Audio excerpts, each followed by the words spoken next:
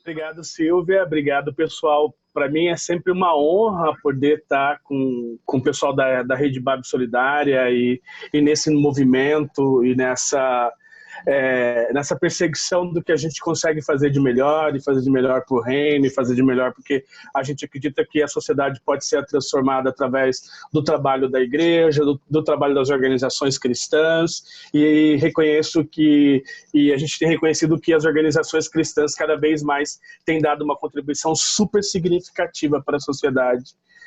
Levando organismos internacionais da ONU e outras organizações internacionais a terem a igreja como parceiro preferencial.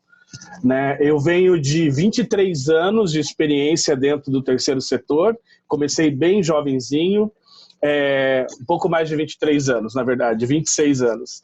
E trabalhei durante muitos anos na Visão Mundial. Quem me conhece daí lembra que eu trabalhava com o pessoal da Visão Mundial aqui no Brasil.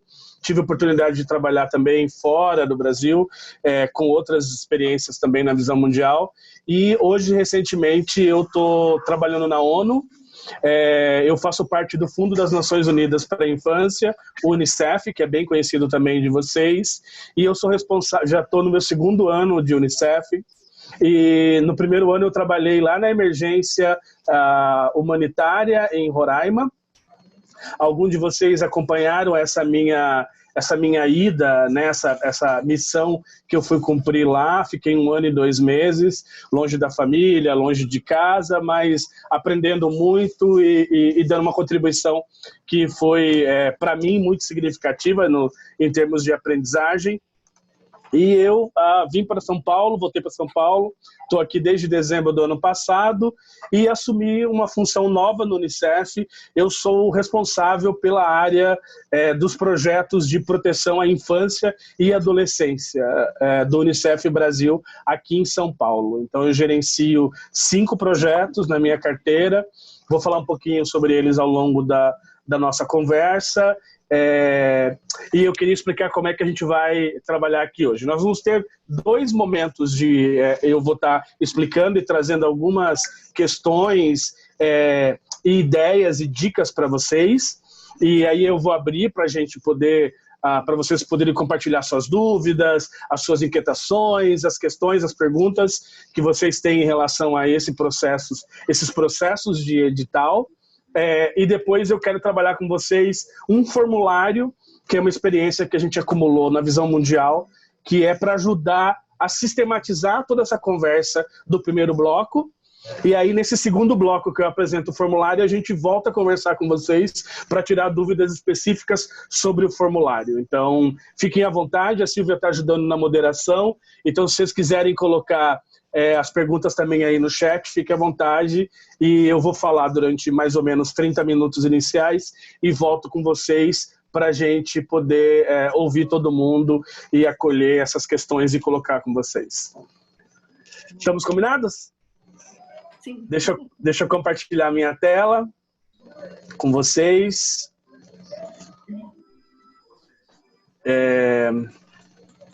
Me sinalizem quando vocês já estiverem vendo, por favor. Ok. Para melhorar o som, eu vou tirar o meu vídeo e a gente vai... e depois eu retorno na hora das perguntas, tá bom? Eu acho que melhora a transmissão do áudio. Eu acho que isso é mais importante nesse momento. Sim.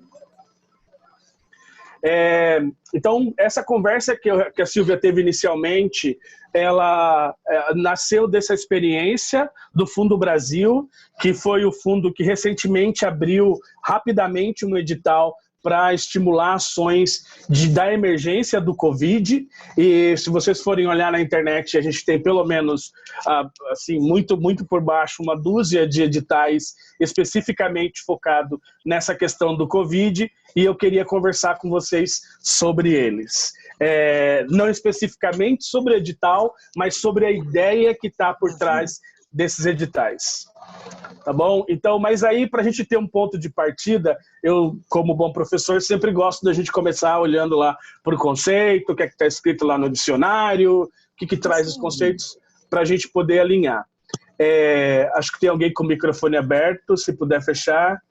Acho que fica melhor para todo mundo.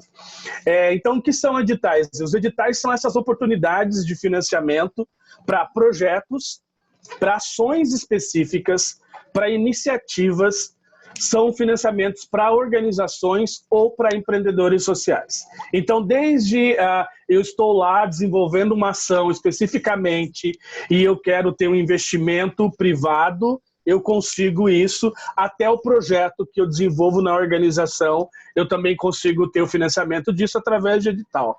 Eu também consigo editais que são de fomento para melhorar as capacidades da minha organização. Então, são uma série de editais. Da onde vêm esses editais? Eles vêm basicamente de 3 grandes frentes, né? De fundos governamentais. Então, são os editais que vêm dos conselhos de direitos, né? Como o Fundo da Criança e do Adolescente, o Fundo da Cultura. Aqui em São Paulo, inclusive, estava aberto, fechou recentemente o Fundo da Cultura, o Fundo da Assistência, o Fundo do Idoso. Eles lançam esses editais específicos que agora, com a 13019, estão sendo chamados de chamamento públicos, para a gente executar um recurso que é arrecadado dentro do governo para poder fazer um investimento com fins de impacto e desenvolvimento social. Mas lá na frente eu vou falar bastante com vocês sobre impacto. Editais também são oriundos de fundos de investimento social privado.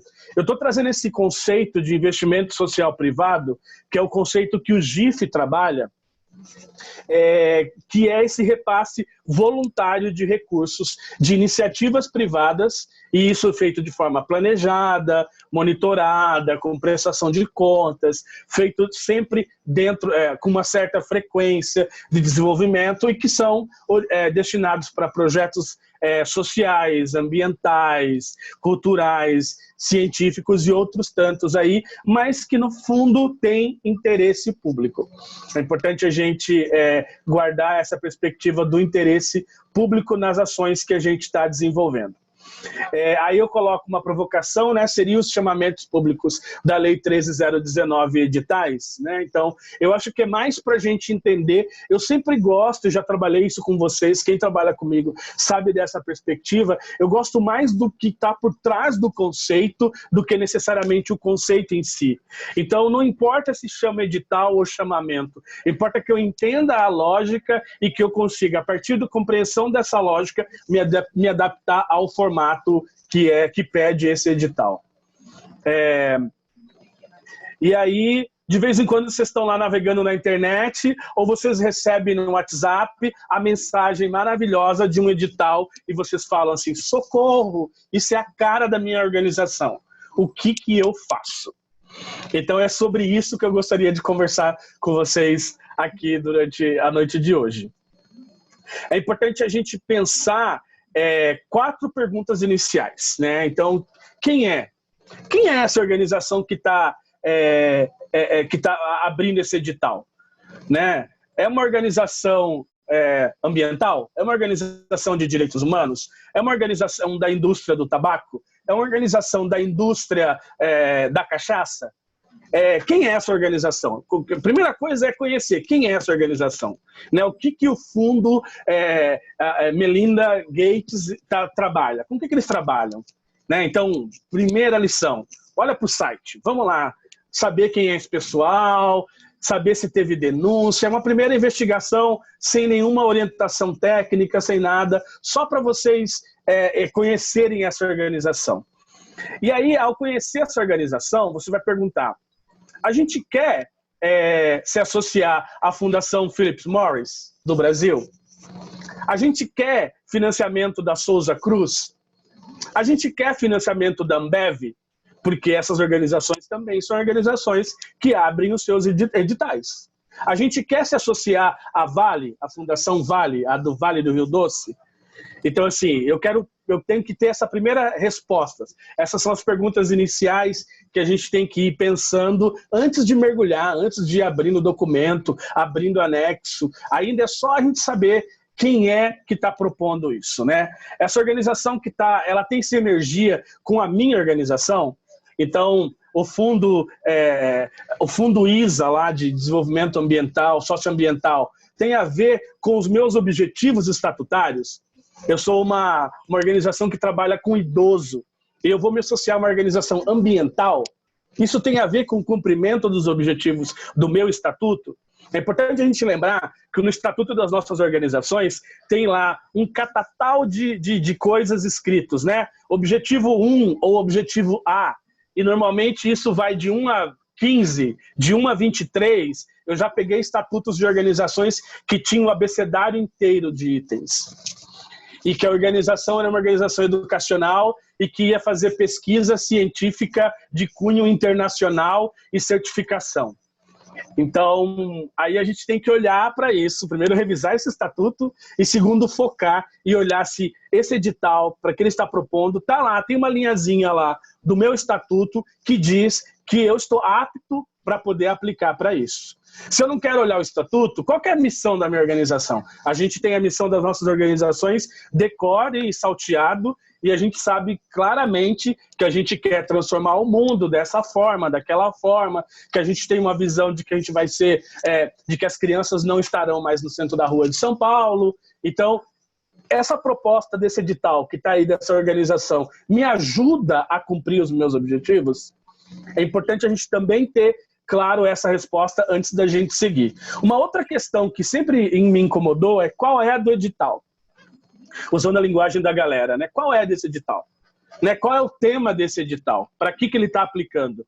É para fomento? É para desenvolvimento? É para financiamento? É para expansão de alguma ação? É para o que ele está aplicando? É para plantar sementes? É para ajudar o pessoal no atendimento à população de rua? É para a gente evitar que os meninos fiquem próximo ao mundo das drogas? É para capacitar jovens e adolescentes para o mundo do trabalho? Qual é o tema desse edital? É para mobilizar o governo local? É para mobilizar adolescentes para fazer incidência política? E aí, ao responder isso, eu pergunto, opa, a minha organização tem a ver com isso. Então, tem alinhamento com a proposta da minha organização. Observem que até agora eu não falei de projeto. Eu não citei projetos. Eu estou falando da minha organização. Então, o que eles estão querendo financiar? Eles estão querendo financiar que a gente fomente novos grupos produtivos, que a gente capacite mulheres em geração de renda para que elas ingressem no mercado de trabalho ou para que elas façam incidência dentro da cadeia econômica. Então, o que eles estão querendo financiar? Eles estão querendo financiar o fortalecimento das capacidades técnicas do governo local para melhorar a política pública de criança e adolescente? Eles estão querendo financiar que a organização da sociedade civil tenha mais capacidade de fazer advocacy, incidência política? Então eu tenho que descobrir na segunda pergunta qual é a do edital. Então essa é uma pergunta que eu ainda tenho que estar lá de início, eu ainda não abri nenhum anexo, não estou lendo nada do edital. Eu olhei para aquela divulgação do edital e estou fazendo essas perguntas iniciais. Aí eu, curiosamente, vou lá e clico. Dou o primeiro clique e abro o documento. E quando a gente olha, faz um olhar rápido no documento, tem uma palavra que aparece em todo o edital. A palavra ela tem duas derivações somente. Ou ela é critério ou ela é requisito. Eu olho para critério e olho para requisito. Aí eu pergunto, a gente tem tudo isso? Aí eu vou pensar e vou falar, olha, não, acho que a gente tem tudo isso aqui, olha. É o estatuto, é a ata, é o CNPJ, é 3 anos de experiência, é a publicação dos 2 últimos balancetes, é o relatório de atividades dos 3 últimos anos. Então, eu acho que a gente tem tudo isso. A gente está atendendo a todos os critérios solicitados? De novo, a gente está atendendo a todos os critérios que são solicitados? Uma coisa muito interessante de uma experiência que eu tive, eu vou contar um pouquinho mais lá na frente, é de uma jovem que trabalhava com a gente e que ela achou que aquele documentozinho ninguém ia olhar. Foi faltando um único documento e a gente foi reprovado no edital por causa desse único documento. Lá na frente eu vou contar um pouquinho mais essa história. Ela é triste e se não fosse tão engraçada, ela seria dramática, mais do que já foi. A gente atua nessa área do projeto De novo, né? Eu sou a organização que trabalha lá com a questão de cuidar do idoso e vou aplicar para o Instituto Socioambiental para uma linha de trabalho que é fomento do desenvolvimento da Mata Atlântica. É importante a gente saber se a gente já faz como organização aquilo que está sendo proposto dentro do edital. Então, peraí, o edital é com crianças. Eu trabalho com crianças. Então, isso é um convite para eu falar, olha, eu acho que eu encaixo aqui. Eu acho que eu tenho algum tipo de vocação para poder encarar esse edital. Uma outra pergunta é, a gente dá conta desse edital? Ainda lá nos cliques, naquele olhar, correndo olhar rápido sobre o documento, e a gente viu critérios e exigências, e aí ele pergunta, muitos editais pedem contrapartida. Eu acho que uma coisa muito legal seria, num outro momento, a gente aprofundar sobre essa questão de contrapartida. O que é a contrapartida, o que a gente pode considerar, o que a gente não pode considerar, como é que a gente monetiza, como é que a gente transforma em valor, em montante, aquilo que aquele 1 milhão de voluntários faz para a minha organização. Tem uma forma da gente fazer isso. Que tipo de contrapartida esse edital está pedindo? Está pedindo estrutura física? Está pedindo uma contrapartida de investimento? Olha, eu te dou 80, mas você tem que investir 20, porque o projeto vai custar 100. Você tem esses 20 para poder investir? Não necessariamente esses 20 tem que estar no caixa.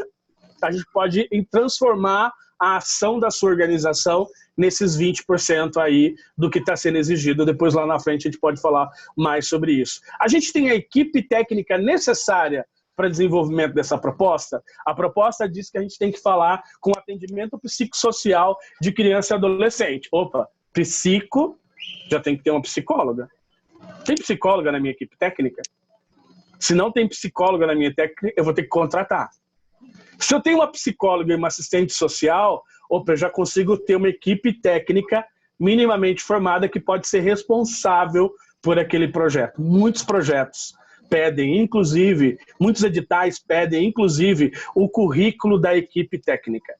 Então, por várias vezes, eu já tive que escrever meu currículo dessa forma, daquela forma, mando lápis, escreve num parágrafo, escreve meia página, porque eu era o gerente do projeto e eu era o responsável técnico do projeto.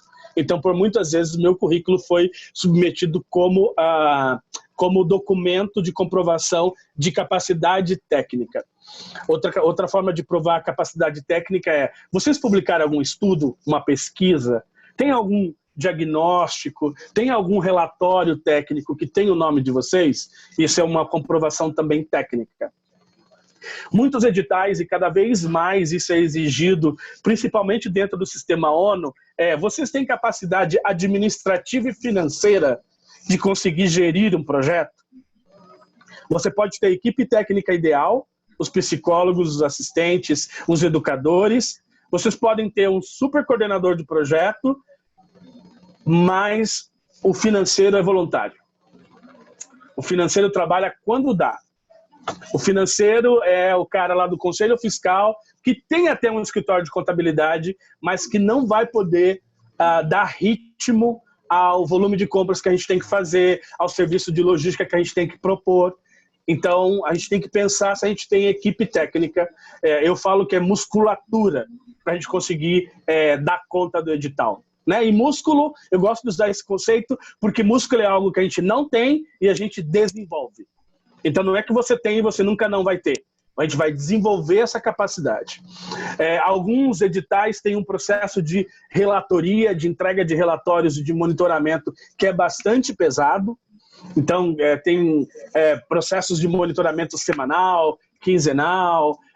Quem já fez convênio com a prefeitura na época dos convênios, tinha checagem de estoque de alimento. Então, tem bastante desses aspectos que a gente tem que ter cuidado para a gente poder seguir com isso. Prestação de contas e auditorias. Alguns editais pedem, inclusive, se você tem um relatório da última auditoria. Eu acho que o relatório da auditoria ou o seu balancete publicado no seu site ou em qualquer lugar, ele demonstra a sua capacidade de prestar contas, né? De movimentar os fundos. Então, isso é bem importante. Eu queria falar um pouquinho como é, então, tá, o edital é a nossa cara, a gente tem tudo que eles estão pedindo, a gente tem o produto certo para oferecer e ele cabe dentro da minha organização. Consegui responder essas questões. Então eu vou dar agora dicas para vocês de como é que a gente dá os próximos passos para a gente aumentar a chance da sua organização de ter o seu projeto, a sua proposta de intervenção aprovada em um edital. Uma primeira coisa que eu queria falar com vocês é lembrar que editais, eles têm periodicidade. Grande parte dos editais, grande parte, não todos, eles saem na mesma época do ano. Vou usar o exemplo que eu trouxe lá no início, do prêmio da Fundação Banco do Brasil de Tecnologia Social. Esse é um prêmio que eu fui vencedor dele durante a gestão de um projeto na Visão Mundial e a gente aplicou por 3 anos seguidos. 3 anos. A gente, no primeiro ano, a menina esqueceu de anexar um documento que achou que ninguém ia fazer falta. No segundo ano, a gente não mandou o orçamento da forma que era exigida no edital. E só no terceiro ano de aplicação foi que a gente conseguiu ser contemplado com esse edital. Então, observe esse processo de aprendizagem, de desenvolvimento de musculatura que a gente teve que ter. É importante que a gente pense que esses editais eles têm que ser monitorados. Tem muito edital na internet. A Silvia falou de edital e agora na época do Covid, da emergência, os editais têm surgido diariamente. Se vocês forem no site da Associação Brasileira de Captação de Recursos, no Prosas, no Observatório do Terceiro Setor, tem uma série de editais. Tem editais pequenos que nem chegam aí para esses grandes canais de divulgação. Alguns aparecem lá na comunidade de gestão do Terceiro Setor. Eu recebo muito e costumo divulgar. Editais pequenos, 10 mil, 20 mil, 50 mil, até meio milhão, 4 milhões, 3 milhões. Recentemente, a gente conseguiu um edital do BNDES de R$500 mil. O processo de elaboração da proposta e a submissão levou exatos 1 semana. Entre a gente aplicar, iniciar o processo de avaliação do edital até a aplicação do edital. E a gente ganhou esse edital recentemente. Então, é R$500 mil para investir dentro do Covid e eu vou contar para vocês um pouquinho como é que foi essa experiência mais lá na frente. Então, pensa um calendário, pensa o tema da sua organização, pensa para que vocês querem, que projetos vocês têm e que vocês precisam de financiamento, crie um calendário, monitore esses editais. Apliquem. Faça um exercício de aplicar. Tem muito medo. Tem muito, não, mas eu não sou capaz. Não, mas eu não sei. Não, mas é muito complicado. Descomplique. Pede ajuda. Vamos fazer junto. E a gente vai desenvolvendo essa musculatura necessária para a aprendizagem desse edital.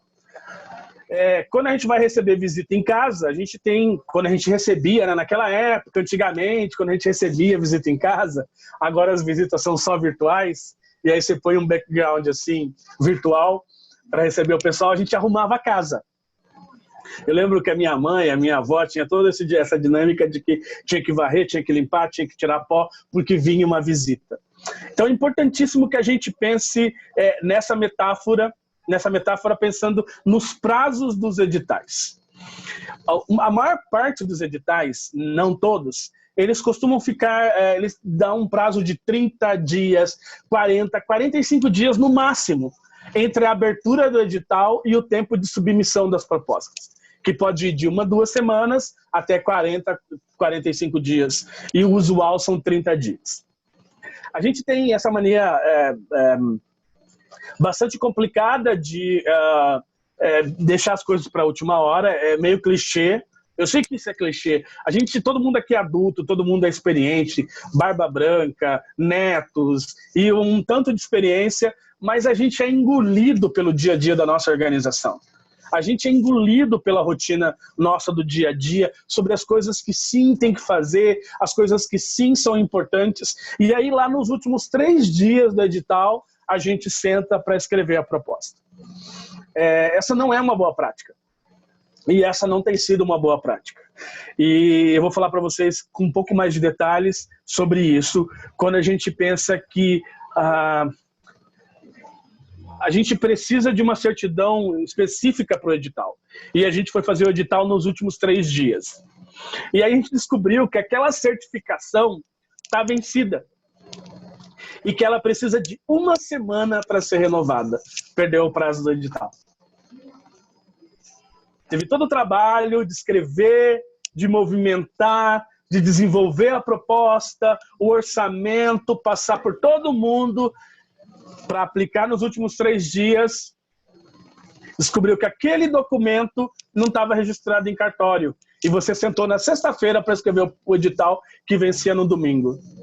E você não vai conseguir submeter o documento. Eu até anotei no meu caderno aqui, eu tenho um caderno gigante universitário, não vai dar para ver, né?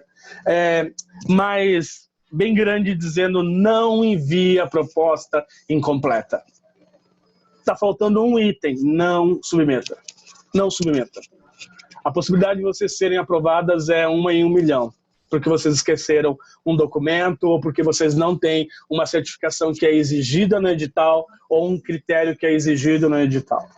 Vocês podem ser até avaliados e ficarem entre os últimos. Mas essa possibilidade de ser reprovado ela é maior. Editais, a gente costuma... eu lembro que eu apliquei para um edital aqui do Conselho Estadual de Direitos Humanos, e a gente ficou pelo menos umas 3 semanas levantando o documento. Era documento do gestor, era documento do presidente, era documento da organização. As coisas tinham que estar recentemente registradas em cartório. E aí o presidente da minha organização estava em São Paulo, mas o tesoureiro estava no Recife, e o segundo tesoureiro morava em Curitiba. E a gente teve que reunir toda essa documentação para aplicar para esse edital aqui em São Paulo. A gente não foi contemplado.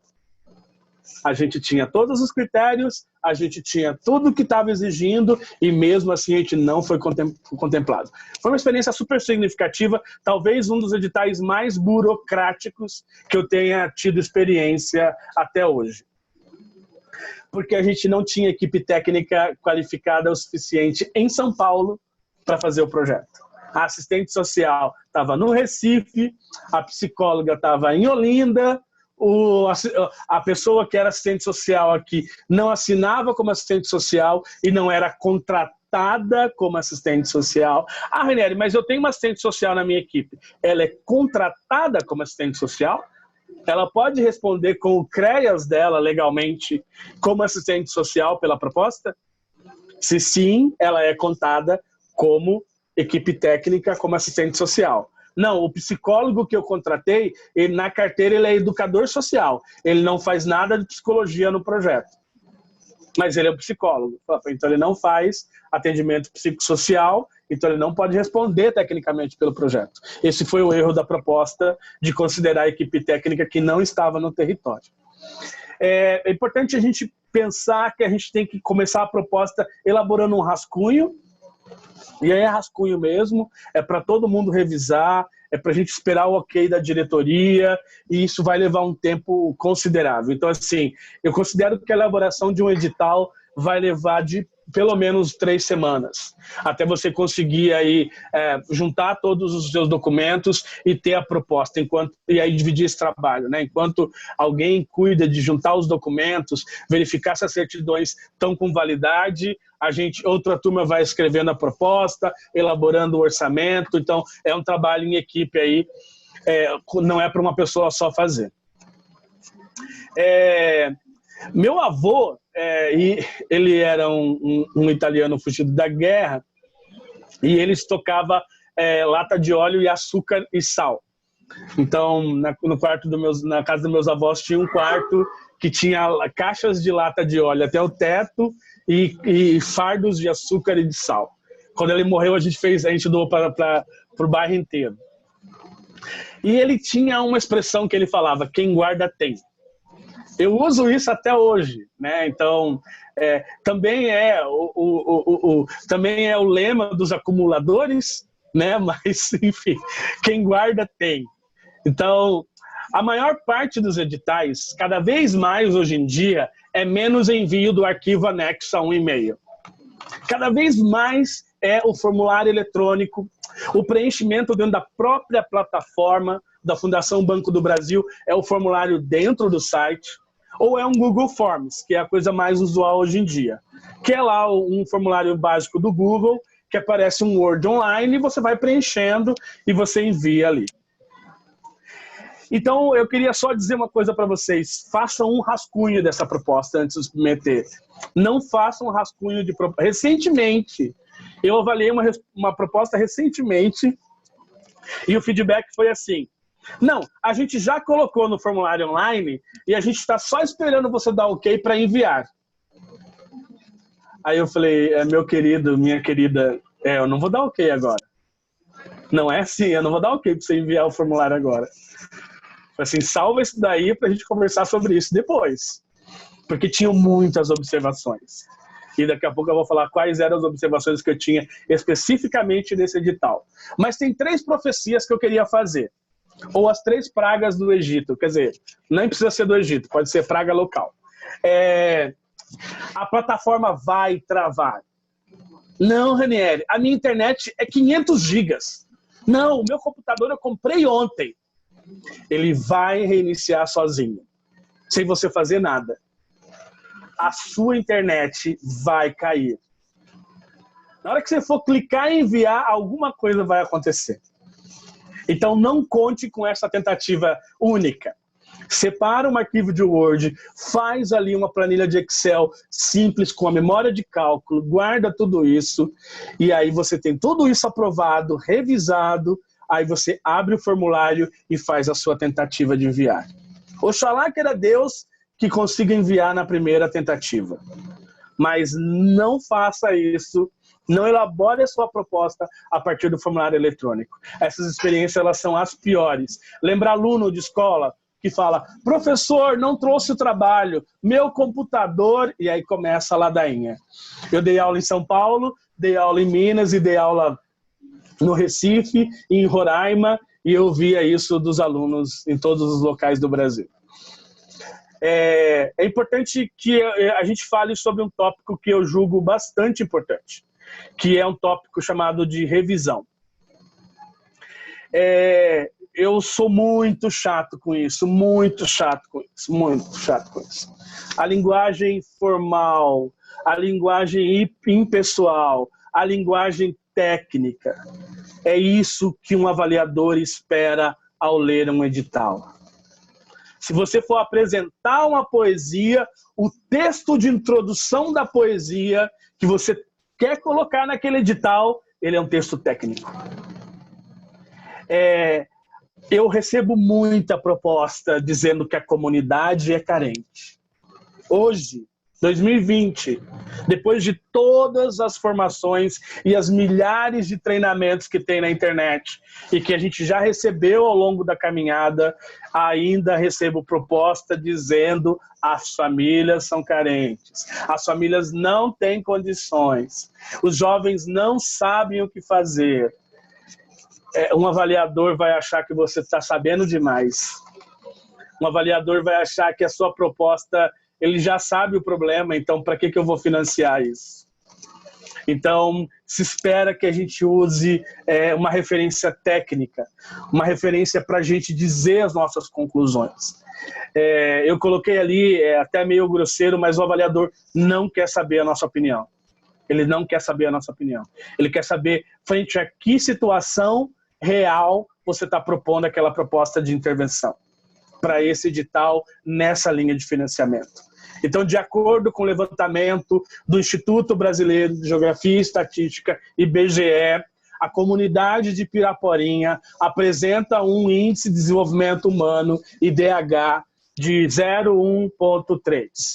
É até alto, viu? Tá boa essa comunidade. Não use sigla, gente.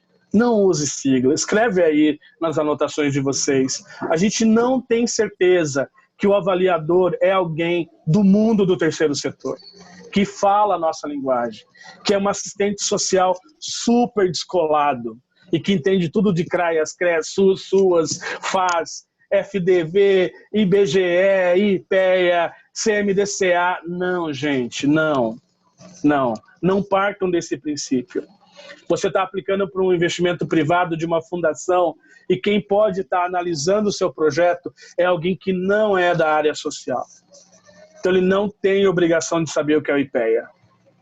Então, assim, é importante que a gente sempre coloque as siglas explicadas na primeira citação. Igual na BNT, que a gente aprende na escola, naquela aula que a gente estava dormindo e que o professor estava se esforçando lá de metodologia científica para convencer a gente. Então, é essa aula que você dormiu que está faltando. Toda vez que se vai citar uma sigla pela primeira vez, a explicação, a sigla e depois o resto do documento você pode usar a sigla. Mas a primeira vez que você citar, coloca lá o significado daquela sigla. Não use linguagem segmentada. Eu ia até falar, não use evangeliquez, não use terceiro setores, não use essa linguagem sociológica gasta, que a gente sabe que todo mundo tem na ponta da língua. É importante que a gente, se você falar de reino numa proposta, é bem capaz que a pessoa que vai estar do outro lado vai falar de que reino que ele está falando, da Alice. É importantíssimo que a gente localize essa linguagem segmentada. A gente, de vez em quando, está viciado nisso. Então, é importante que a gente peça ajuda para a gente evitar essa linguagem muito nossa, muito do nosso contexto. E se você precisa colocar um termo novo, a gente usou um termo numa pesquisa aqui em São Paulo chamado pré-rua. Então, tinha criança em situação de, na e pré-rua. Só que pré-rua não é um conceito que está dado em nenhum lugar. Então a gente teve que explicar o conceito de pré-rua. Teve uma notinha técnica, uma notinha de rodapé, com 3 linhas explicando. O conceito de criança em situação de pré-rua define-se como blá, blá, blá, blá, blá. 3 linhas explicando. A pessoa lê e fala, então é isso que ele está falando. Tem outras 3 coisas sobre revisar que eu gostaria de falar com vocês, que não são profecias, são só observações técnicas. Você vai errar nos cálculos.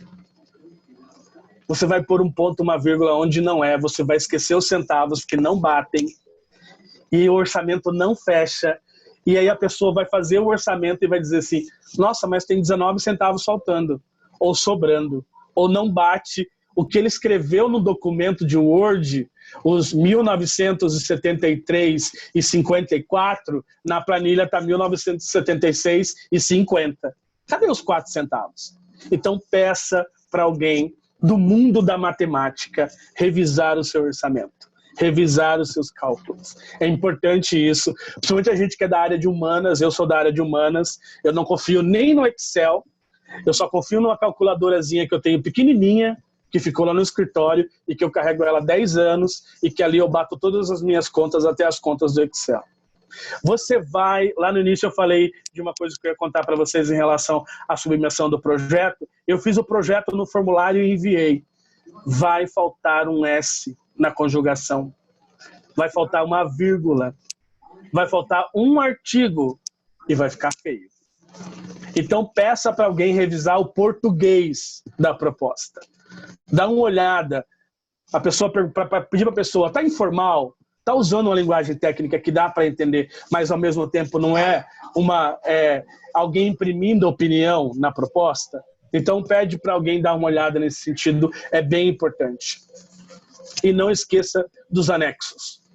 É um outro erro fatal a gente se esquecer dos anexos. Os anexos, eles são importantes e eu já aprovei proposta. A proposta era super senso comum, tinha 3 iguais e o anexo foi diferencial. O anexo daquele vídeo, do depoimento daquele adolescente falando sobre o impacto do projeto na sua vida, fez com que a gente escolhesse aquela proposta e não as outras 2 propostas que eram exatamente iguais àquela proposta que a gente estava analisando. Então, peça ajuda para juntar todos os anexos, faz uma lista, se não dá para imprimir, eu sou contra a gente estar imprimindo, é importante a gente pega aí, gasta as suas árvores, escreve no seu caderninho, faz a sua anotação eletrônica e faz um checklist. E a gente fala, olha, eu tenho os 13 itens, aqui estão os 13 anexos, eu submeto a proposta. Eu gosto do mito da Cinderela, e eu não sou muito, eu como um adulto com dislexia, eu não sou muito bom com os contos de fada para contar para as crianças, porque eu sempre reinvento os contos de fadas. Então, toda vez que eu conto é uma história diferente. Meus sobrinhos ficavam bem bravos, porque a criança ela quer ver uma sequência, uma repetição e uma ordem.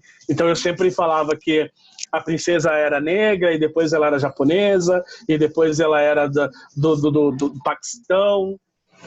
Mas o interessante do mito da Cinderela é que tudo nela se transforma à meia-noite, menos os sapatinhos. Né? Tudo a abóbora lá, o carro vira abóbora, o cocheiro vira o rato, o vestido maravilhoso vira o trapo que ela estava usando, mas o sapatinho fica lá. E o mito dessa sequência é no pé de quem que cabe esse sapatinho. Esse edital, ele é seu número. Ele cabe no seu pé. Ele é o seu sapatinho de cristal. E aí eu vou colocar esse pé lá perguntando algumas coisas antes de enfiar o pé dentro do sapatinho de cristal. A gente tem vocação para esse edital? Né? A gente está vocacionado para poder se juntar lá com a Fundação Abrinq, com a Fundação Telefônica, com o Unicef, com o Acnur, para poder trabalhar com os refugiados do Acnur, com as crianças do Unicef, o enfrentamento do trabalho infantil que a Fundação Telefônica está trabalhando. Eu tenho vocação para poder...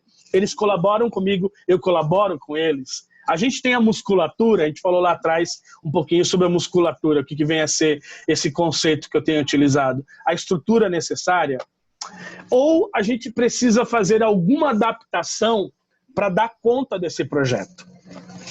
Vou contar brevemente uma história que ilustra.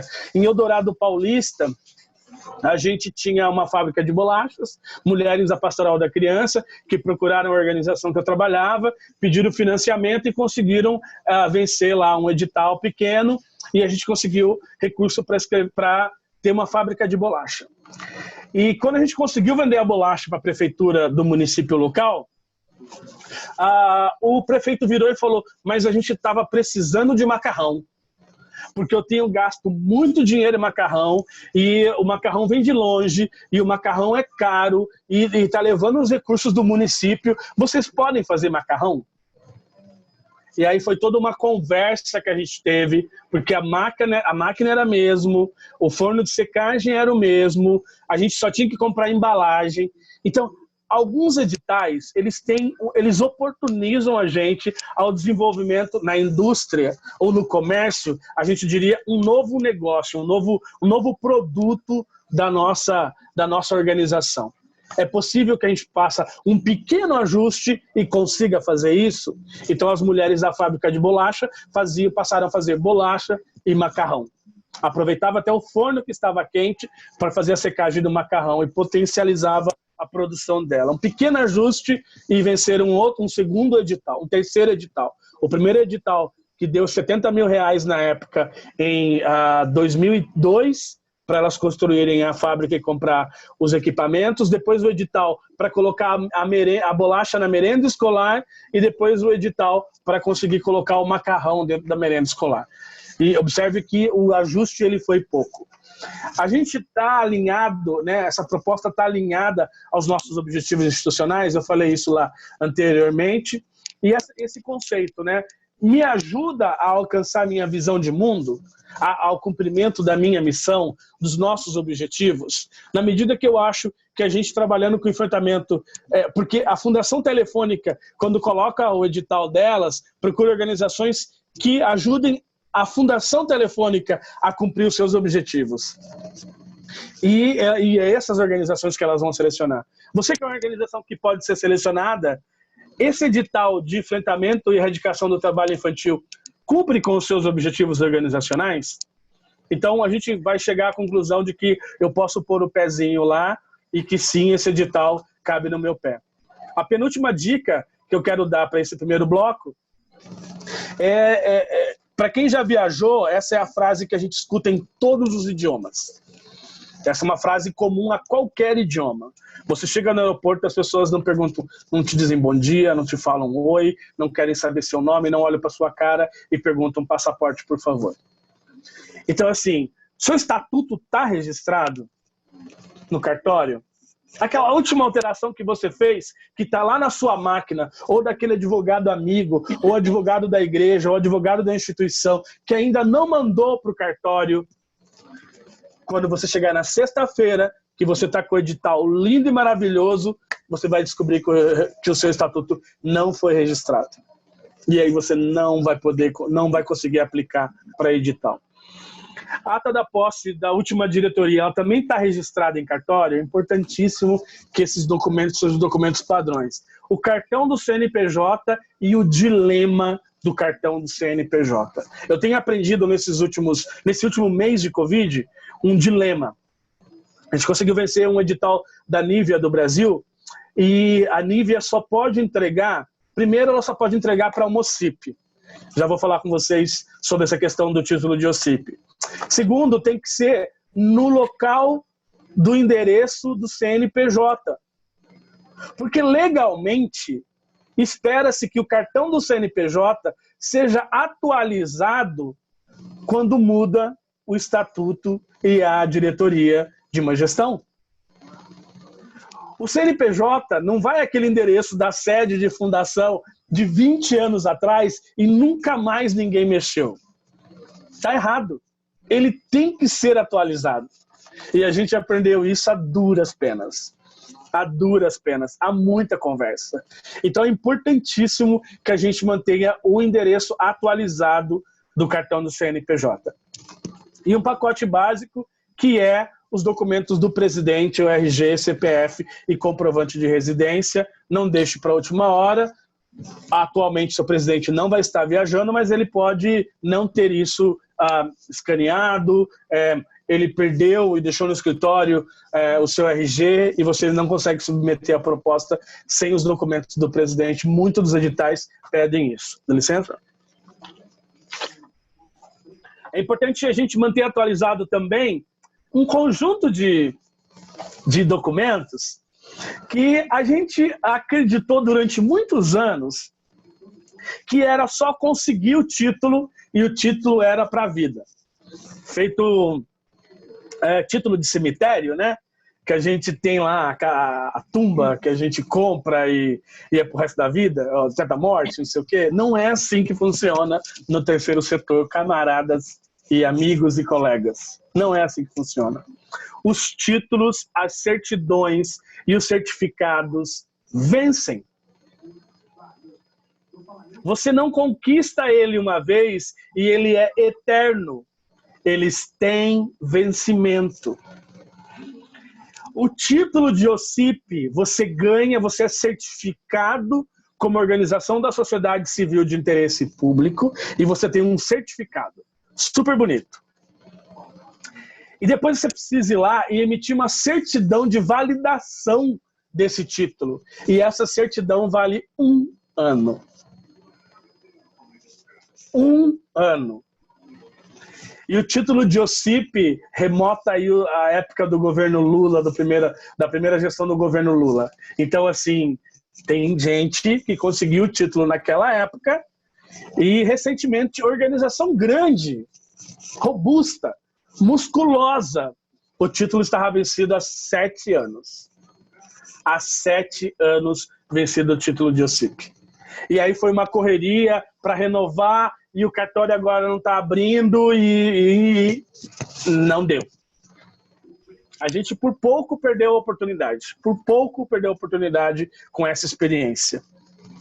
Então, aqueles certificados e certidões que vocês têm, dá uma olhada, vai verificar. Aqui no final dessa apresentação eu coloquei as exigências de renovação do título de OCIP, porque a gente acha que ele uma vez tirado, ele é pro resto da vida, e não, ele não é pro resto da vida. Lá no final vocês vão ter essa informação que eu trago adicional. Impacto, impacto, impacto e só impacto. O financiador, ele quer associar a sua marca a uma proposta que gere impacto, que gere transformação, que gere mudança. Investidores, eles procuram organizações que impactam uma comunidade, uma cidade, uma região, o país, uma política pública. Os patrocinadores, eles querem associar suas marcas à transformação significativa. É importante a gente ter isso, claro. E tem dois vieses de mostrar impacto. Eu mostro impacto através da intervenção que eu estou propondo, né, porque ela vai transformar, ela vai incidir na cadeia de valor, ela vai gerar uma tomada de consciência mais forte, ela vai tirar as pessoas que estão embaixo da linha de pobreza, da situação de ultra vulnerabilidade que essa família e essa população está, e a gente vai conseguir dar o mínimo de dignidade para ela. Ou a minha organização, naquele contexto daquela favela super violenta, ou daquele rincão lá no Vale do Ribeira, ou daquele local no interior do Mato Grosso do Sul, é a única organização que está lá fazendo o trabalho que desenvolve. Então eu tenho duas formas de mostrar impacto: através da minha proposta ou falando da importância da minha organização dentro desse contexto. É importante que cada vez mais os empresários, os fundos privados, eles querem ver cumprido a Agenda 2030, né? A Agenda dos Objetivos de Desenvolvimento Sustentável. Então, um exercício que a gente tem que fazer é perguntar para qual dos objetivos a gente está contribuindo com a nossa proposta. Para encerrar esse bloco, eu queria deixar essa dica de ouro e dizer quem é que toma a decisão da aplicação de um edital, né? A melhor decisão, claro que sempre vai ser tomada em grupo, em equipe, eu venho falando isso lá desde o início, mas a decisão de aplicar um edital não pode ser, não pode ser do coordenador geral do projeto, de alguém da equipe técnica, de um diretor isolado, de um conselheiro isolado. A decisão final da aplicação de uma proposta de um edital deve necessariamente passar pela diretoria. Eu coloquei isso lá nos primeiros slides, discretamente, e não citei, porque eu queria desenvolver essa ideia com vocês aqui. O presidente, e agora, com a 13019, o novo marco regulatório do terceiro setor, os coordenadores dos projetos, eles têm responsabilidade legal pela execução do projeto. Então, a gente pode desenvolver toda essa conversa e a gente não convenceu ou não incluiu o nosso presidente ou a nossa presidente dentro do processo de tomada de decisão da aplicação desse edital, ele pode dizer e falar: não quero aplicar. A gente não vai aplicar, não autoriza que aplique, porque é ele que assina e é ele que assume a responsabilidade legal. Ranieri, mas eu sou o coordenador, eu pensei toda a proposta, eu fiz toda a negociação. Lindo, linda, maravilhoso. Quem assina é o seu presidente. Quem coloca o nomezinho lá e a assinatura, o documento que a gente quer do lado de cá é do seu presidente, da pessoa que legalmente tem responsabilidade sobre a sua organização. Isso é muito, muito importante, porque eu já vi organizações se metendo em frias, presidentes respondendo a processos judiciais por uma tomada de decisão feita pela equipe técnica do qual ele não teve participação. E é engraçado que quando outras pessoas fazem isso, a gente usa o termo de laranja. Então não transforme o seu presidente num laranja. Com a maior das boas intenções, você pode estar fazendo uma laranjada.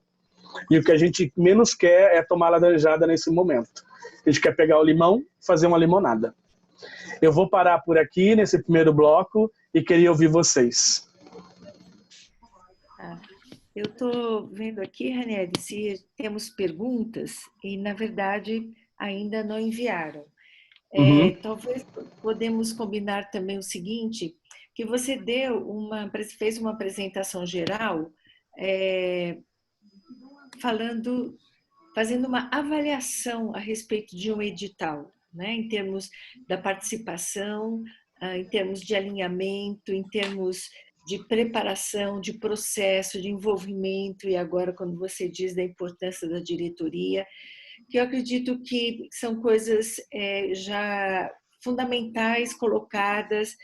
Então, se houve dúvida ou pergunta, esse é o momento, porque senão, porque já são 21h33, meu amigo. Ah, é? Nós Uau!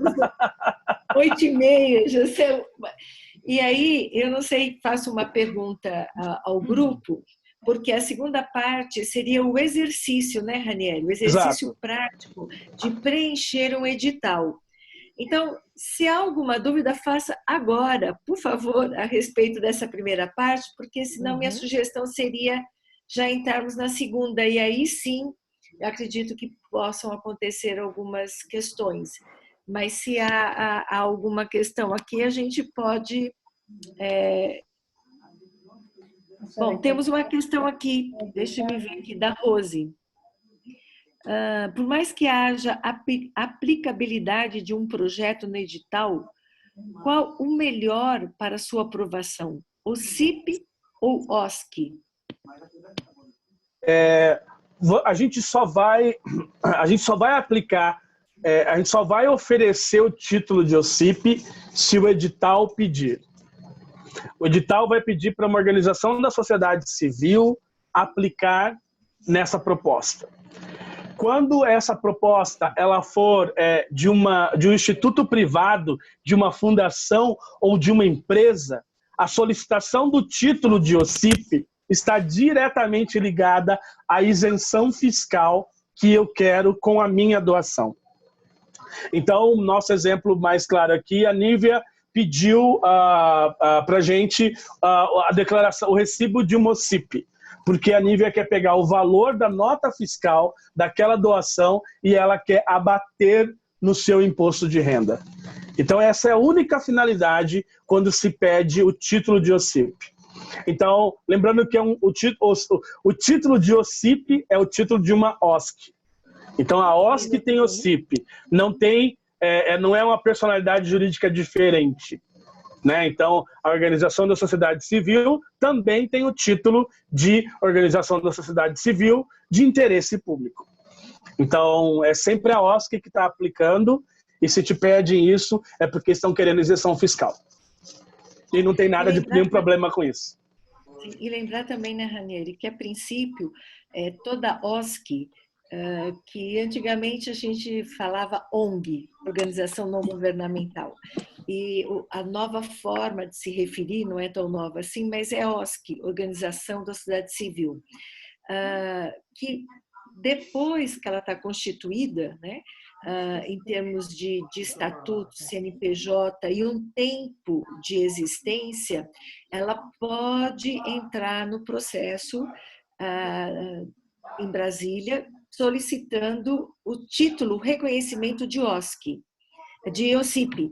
Só que só entender que as organizações que têm convênio ou parcerias com o município e com o estado, geralmente é pedido que ela seja na condição de OSC e não de OCIP, né? Dependendo do tipo de convênio. Então, a organização, só para fechar, tem que avaliar se para ela é interessante buscar o certificado de OCIP.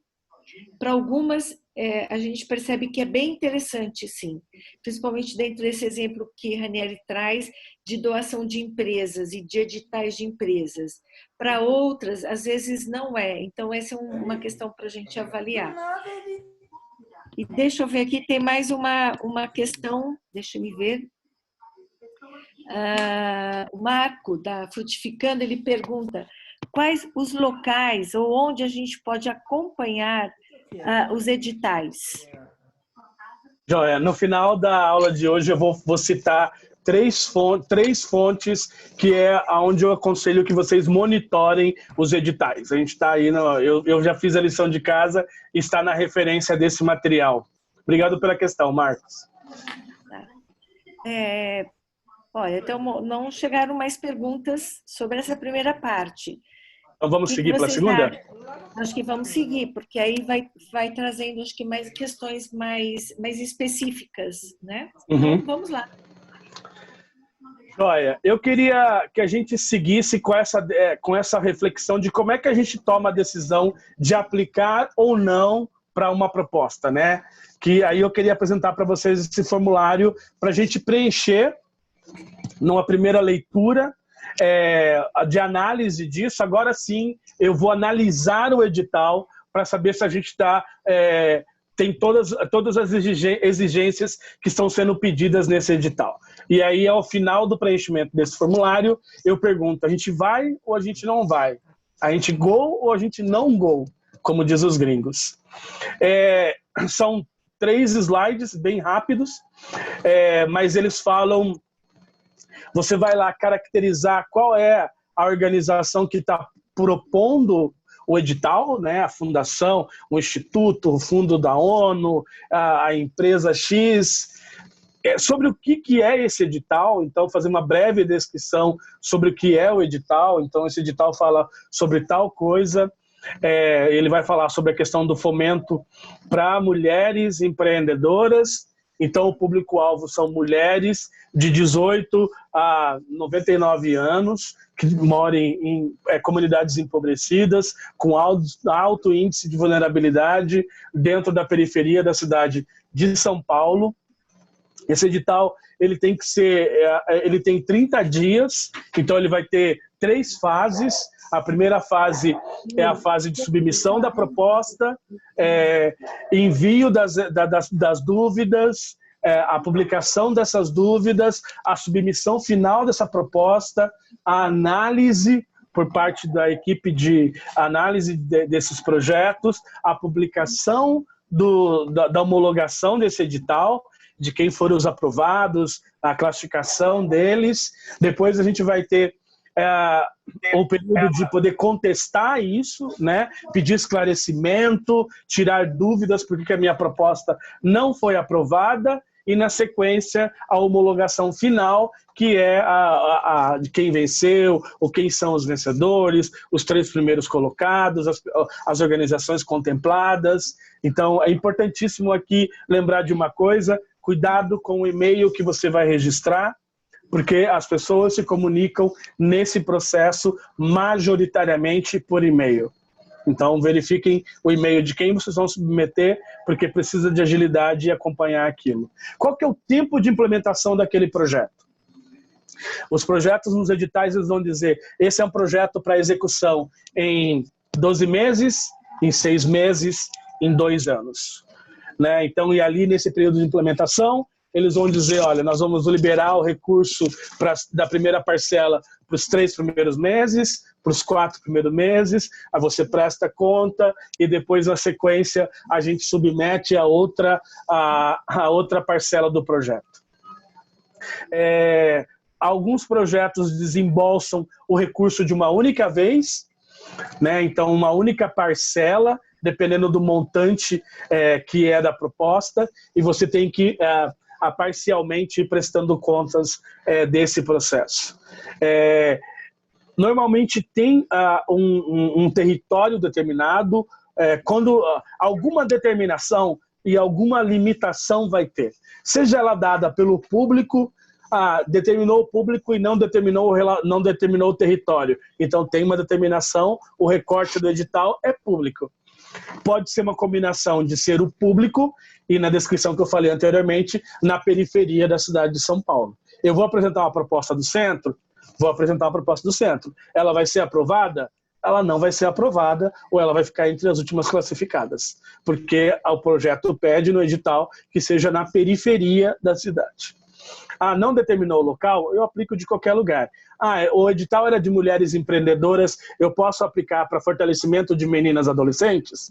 Você pode aplicar para fortalecimento de meninas adolescentes. Vai ser aprovado? Provavelmente não, vai ficar entre os últimos classificados ou desclassificados do projeto, porque o público-alvo eram meninas adolescentes. Normalmente, existe uma boa prática de uma faixa de valor financiável, Então, o projeto é de 300 mil, de 10 mil, de 3 milhões. Quando não tem, você vai escrever um projeto com os custos reais que você tem que você vai ter na execução daquela sua proposta, e você vai para uma mesa. Sua proposta é muito interessante, mas ela está acima. Eu vou contar um caso real. A gente recebeu uma proposta e ela está 64 mil acima do nosso orçamento. A proposta é muito boa. A gente vai chamar a organização, ela está concorrendo no edital, e a gente vai perguntar para a organização, ainda antes de fechar o processo: vocês têm como chegar a 500 mil? Porque a proposta de vocês é de 564 mil. Se a organização diz, olha, a gente pode refazer os cálculos e chegar a 500 mil, a gente vai decidir seguir com a candidatura da organização. Se a organização disser, não, esse é o custo final, a gente vai agradecer e desclassificar a organização, porque ela está acima da capacidade de orçamento financiável para aquela proposta. A sua proposta é muito, muito boa e ela está muito abaixo do valor financiável. Por algum milagre, você colocou um monte de voluntário para trabalhar e a sua proposta ficou abaixo. Você vai ser chamado para uma conversa e o avaliador vai questionar. Você não gostaria de contratar esses voluntários? Você não gostaria de pagar esse pessoal como MEI ou como um contrato de trabalho temporário? Ele está te dando a oportunidade de você rever a sua proposta. Você não quer alugar um salão para a gente aumentar o número de pessoas atendidas? Você não quer alugar uma quadra coberta? Você não quer fazer um investimento em compra de computadores, tablets ou smartphones? Ele está te dando uma oportunidade, sinalizando que você está abaixo do valor financiável para você revisar a sua proposta. Esses diálogos, eles não são estranhos, eles são possíveis e eles acontecem. É importante a gente pensar no que está sendo pedido de contrapartida. E aqui eu tenho experiências positivas e negativas para contar para vocês. Alguns locais pedem contrapartida financeira, mas normalmente pede partida financeira quando a sua organização é uma grande organização, que tem várias sedes. O CAD do Brasil, né? O Centro de Desenvolvimento Integral lá de Curitiba, que tem 10 unidades espalhadas no Brasil. Ela é uma organização grande. A Visão Mundial é uma organização grande. A Save the Children, o Fundo Cristão, são organizações grandes. Essas organizações têm recurso para poder aportar como contrapartida. A maior parte das nossas organizações pequenas, elas não têm esse recurso no caixa para poder colocar 20% lá. O que o financiador está querendo aqui é que você mostre que aporte você está fazendo para aquela proposta. Esse aporte ele pode ser não necessariamente do cunho financeiro, ou ele é do cunho financeiro e eu não consegui monetizar.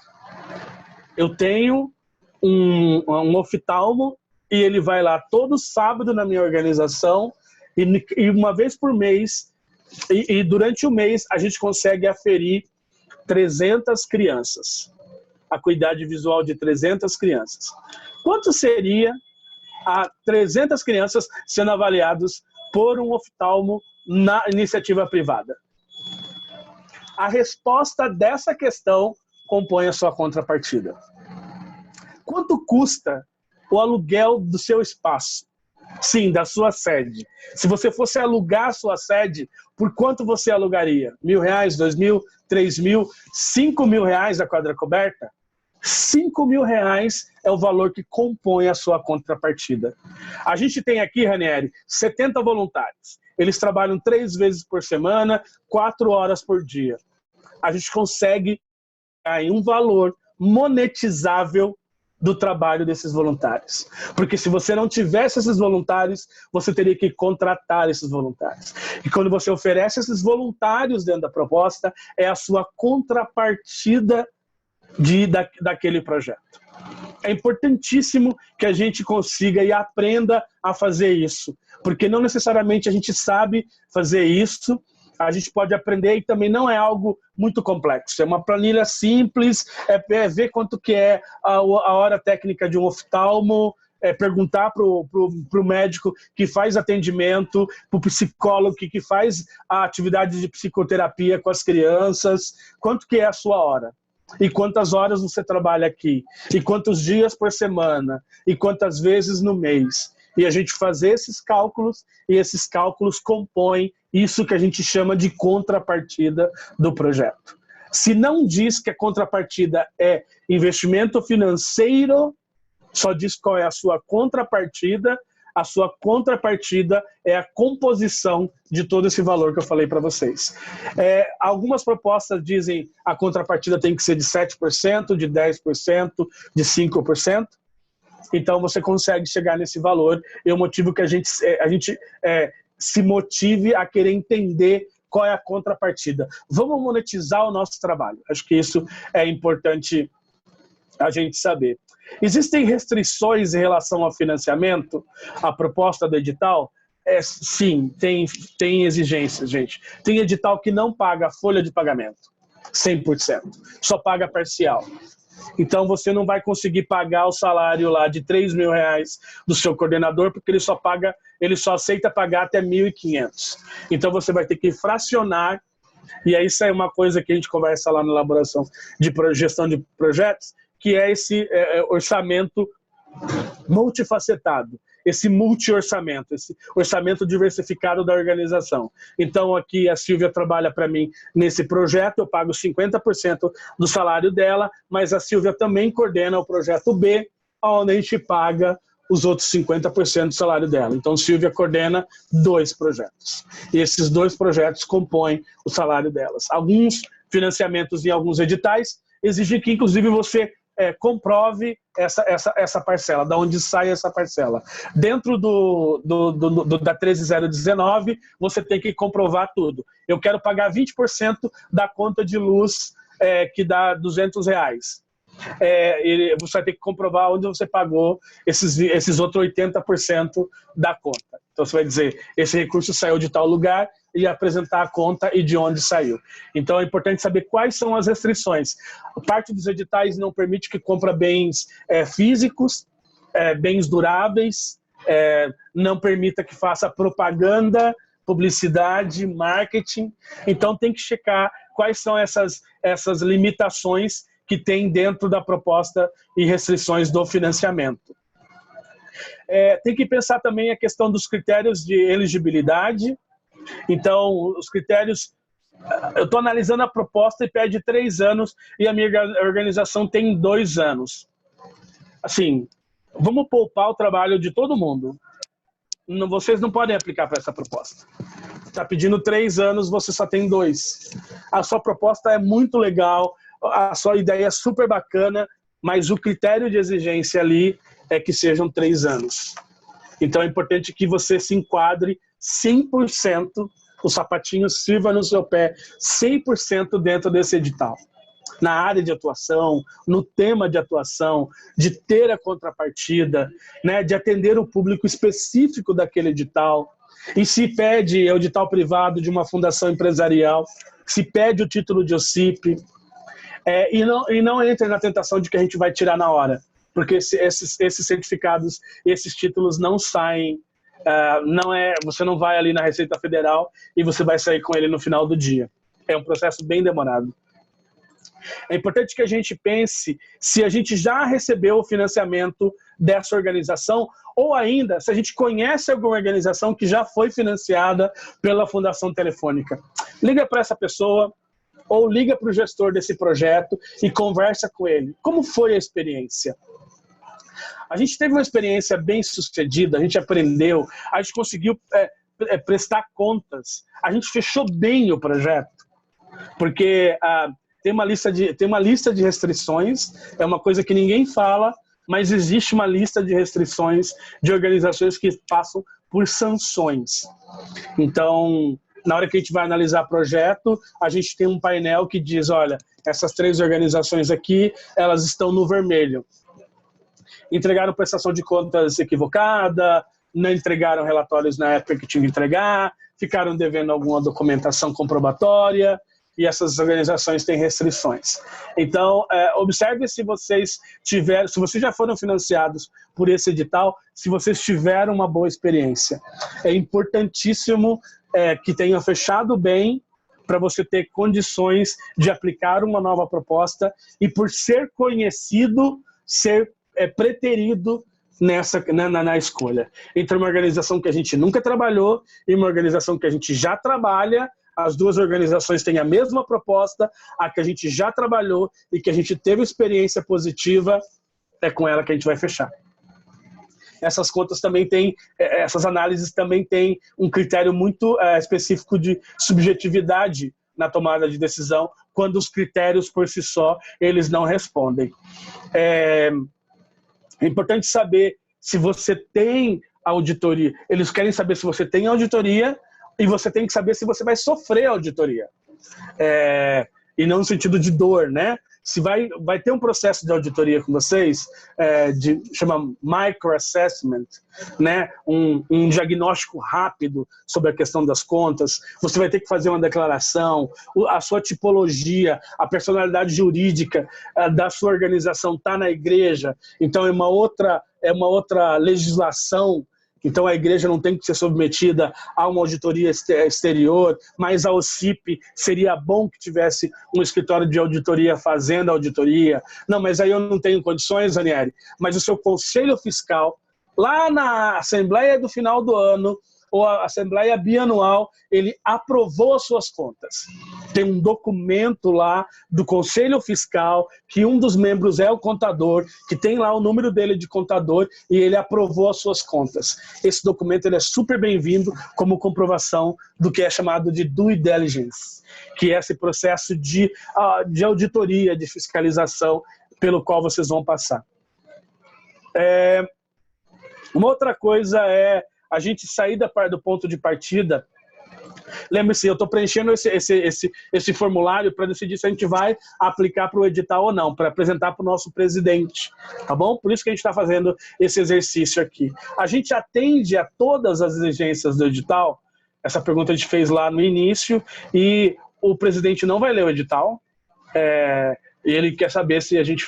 Olha, então você está falando, eu confio em você, então a gente vai aplicar, me explica a proposta. Alguns poucos presidentes vão se envolver nesse nível, e isso seria bem interessante também. Pensar se tem esse alinhamento que eu falei anteriormente, né? A proposta está do nosso território de atuação, ou ele é da temática da nossa organização, ele é do público que a gente atende. Eu estou só organizando nesse formulário essa conversa toda anterior que eu tive com vocês, né? Que ideia que a gente pode apresentar do projeto, né? Então, se o projeto lá no início era de fomento à inclusão social de mulheres empreendedoras que vivem em comunidades empobrecidas com baixo IDH na periferia de São Paulo, o que a gente quer oferecer com esse projeto? Né? A gente quer expandir o número de mulheres atendidas, a gente quer abrir uma nova unidade, a gente tem unidade lá na cidade de Tiradentes, a gente quer abrir outra unidade lá no Jardim Ângela, e esse edital vai proporcionar isso.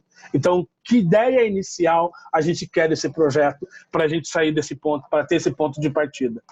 Quais são as vantagens que a gente tem de aplicar essa proposta, né? Isso agrega para a minha organização, e isso é uma coisa... alguns editais e você vencer alguns editais é meio que uma grife, assim. Durante muitos anos eu usei a grife da Fundação Banco do Brasil, né? Então, nossa, eu era o gerente do projeto que foi reconhecido como tecnologia social pela Fundação Banco do Brasil. Todas as minhas propostas começavam assim: o projeto Esportes para a Vida, tecnologia social, reconhecida pela Fundação Banco do Brasil, e blá, blá, blá, blá, blá, blá, blá.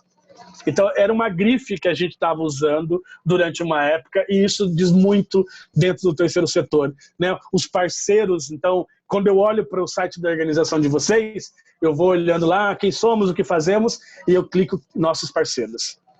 Eu quero saber que organizações vocês se envolvem, quem está financiando o trabalho de vocês, quem é parceiro de vocês.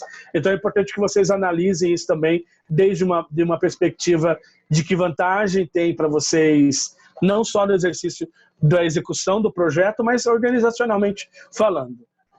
Um outro aspecto é em relação a trabalho em rede, né? Cada vez mais a gente fala e isso tem se mostrado mais viável. Eu estou envolvido nessa emergência do Covid e a gente tem preferencialmente só trabalhado com organizações que trabalham em rede. A gente não escolheu nenhuma organização. Nesse último mês, a gente venceu 3 editais e a gente teve mais 2 financiamentos privados, 3. Posto Ipiranga, Johnson & Johnson do Brasil e Nivea, e nenhuma das 6 ações a gente está trabalhando com organizações que trabalham sozinho. A gente só está trabalhando com organizações que na conversa inicial soltam a frase: não, a gente trabalha em rede. E a nossa rede é essa organização, esse fórum, esse grupo de organizações, e a gente está preferencialmente escolhendo essas organizações porque o impacto da ação se traduz na malha que essa rede tem tecido ao longo do tempo do trabalho de vocês. Então é importantíssimo a gente ver qual é a vantagem, o que é mais vantajoso. Aplicar sozinho, convidar outras organizações, envolver outras unidades, aplicar em rede. O novo marco regulatório do terceiro setor, inclusive, tem isso. Você pode ter uma capacidade organizacional super boa e você não tem competência técnica para desenvolver aquilo. Chama uma organização que tem competência técnica. Então a gente é uma organização super musculosa e super robusta no aspecto de gestão, mas a gente não trabalha com profissionais do sexo. E a gente quer trabalhar porque a gente acha que isso é uma oportunidade para a gente. Então se associa com aquela organização pequena, melhor, maior, menor, que tem ali do lado de vocês e que trabalha com as profissionais do sexo para vocês aprenderem com elas e juntas vocês ampliarem o impacto dessa resposta. Isso é avaliado muito positivamente na avaliação de projetos. Pensar nessa questão do território, da territorialidade, nunca foi tão importante falar sobre territorialidade hoje em dia, né? Então, ainda mais agora nessa perspectiva de que os nossos territórios têm que ser alcançados pelas nossas redes. As nossas mãos são as mãos de vocês, são as mãos dos voluntários que chegam às famílias. Então, esse tema nunca foi tão relevante nesse contexto da emergência quanto é. Porque se você propor sozinho, dentro da sua organização, as pessoas irem até dentro da sua organização para receber a cesta básica, eu fico pensando quantas organizações aplicaram para o Fundo Brasil com a mesma proposta de fazer a entrega de cesta básica. Das propostas que eu analisei, uma delas tinha diferencial e potencial para poder ser aprovada. Oxalá queira Deus ela seja aprovada, porque ela tinha um diferencial e eu falei para a pessoa: essa sua ideia tem potencial, desenvolve ela e aplica. Porque ela apresentava de partida um diferencial. E isso, vocês têm que seduzir a pessoa escrevendo. Quem vai analisar tem que estar convencido lá no primeiro parágrafo de que eu quero ler o segundo, de que eu quero ler o terceiro, de que eu quero analisar esse orçamento, de que eu quero ver essa proposta. Se você começou lá dizendo o que qualquer outra pessoa pode dizer, a gente vai beneficiar as famílias carentes com entrega de cesta básica, você caiu num pool do senso comum, daquele conjunto de cento de dúzias de organização, e aí o avaliador vai ficar procurando qual é a organização que está distribuindo cesta básica e que apresenta um diferencial. A gente vai montar uma central de atendimento para poder orientar as pessoas como acessar o benefício público, e ela vem para essa sessão ali e a gente vai estar com máscara, com luva, o computador, 2 metros de distância, e a pessoa faz o cadastro, a gente ensina ela para acessar o benefício do governo e ao final ela leva uma cesta básica para casa. Que ideia bacana! E é distribuição de cesta básica. Mas o que aconteceu antes disso é tão bacana que essa proposta eu quero financiar. essa proposta eu vejo potencial. Pensar no desenvolvimento da proposta, quem vai compor essa comissão técnica de análise dessa proposta, né? Do rascunho dessa proposta. Quem vocês vão envolver internamente? Então, olha, eu escrevo bem, mas é a Silvia que tem o conteúdo, mas é o pastor Marcelo que é bom das contas, né? Então, assim, não, é o pessoal lá, é o Washington que vai fazer a questão, que vai checar os anexos pra gente, é a Suzana que vai escrever aqui a justificativa, que vai montar o marco lógico, apresentando os resultados, os objetivos, as atividades. E quem é essa equipe que vai compor o rascunho dessa proposta? Isso é importante a gente saber, para a gente poder apresentar para a nossa diretoria, para a gente poder apresentar para o nosso presidente. Em último, nesse slide, que risco que a gente corre ao aplicar para essa proposta. A gente não tem um hábito... Eu estou em casa e meu cachorrinho está latindo. A gente não tem o hábito de fazer análise de risco e a gente precisa aprender a fazer análise de risco. É importantíssimo saber que a gente está correndo risco. Recentemente a gente fez um exercício de análise de risco muito rápido, que é contexto do Covid, comunidade empobrecida, vulnerável, no extremo da Zona Leste, a gente tem 2.000 cestas básicas, no primeiro mês a gente vai distribuir só 1.000, e aí no segundo mês a gente quer distribuir para essas 1.000 famílias as outras 1.000 cestas básicas. Ou seja, 1.000 cestas básicas ficarão paradas durante 30 dias na sede da organização, numa comunidade empobrecida, ultra vulnerável, no extremo da Zona Leste de São Paulo. Me parece que numa análise de risco, a possibilidade da comunidade invadir a sede da sua organização e levar as cestas embora me parece bastante alto nesse contexto. Então é uma matriz bem simplesinha, né? O que acontece, se é de alto, médio, de baixo, médio ou alto impacto, e o que a gente faz para mitigar sobre isso. A nossa mitigação para esse caso foi: a gente prefere assumir o risco de transportar as coisas, de pagar o transporte e guardar isso no local seguro, do que correr o risco de perder as cestas básicas nesse contexto. Então, uma coisa simples e que a gente tem que aprender a fazer. Concluindo esse bloco, a gente tem que, abrindo para vocês, pensar as recomendações que a gente quer fazer, né, para a gente seguir com essa proposta. Eu coloquei alguns exemplos aqui. Entre os parceiros preferenciais, o edital está citando a igreja, organizações religiosas, como parceiro preferencial, né? O edital fala que só vai receber o prêmio os 3 primeiros colocados, mas que vão certificar do 4º ao 20º. Então, se eu não ganhar o prêmio, eu ainda tenho a possibilidade de ser certificado, por exemplo, lá na Fundação Banco do Brasil. Aceita uma taxa administrativa de 7% do valor total da proposta. Opa, posso colocar gastos administrativos meus dentro da proposta pelo financiador. Ele está aprovando que 7% dessa proposta eu considere gastos administrativos que eu tenho. Esses são alguns pontos de atenção que eu quero recomendar para a pessoa que vai estar analisando isso. São exemplos, né? Questões que os analisadores têm que ter em mente ao ler o formulário, é que lá no público-alvo, seguindo o meu exemplo, tem preferência por mulheres, mães, chefe de famílias. Então, não vou escrever uma proposta onde o público principal não seja mulheres, mães, chefes de família. Precisa incluir na proposta deficientes ou idosos. Então, eu não vou escrever uma proposta para atender adolescentes, se os adolescentes não forem adolescentes que tenham deficiências. Ou trabalhar uma proposta intergeracional, onde eu desenvolvo um trabalho de juntar, quando acabar a pandemia, os adolescentes e os idosos, a terceira idade.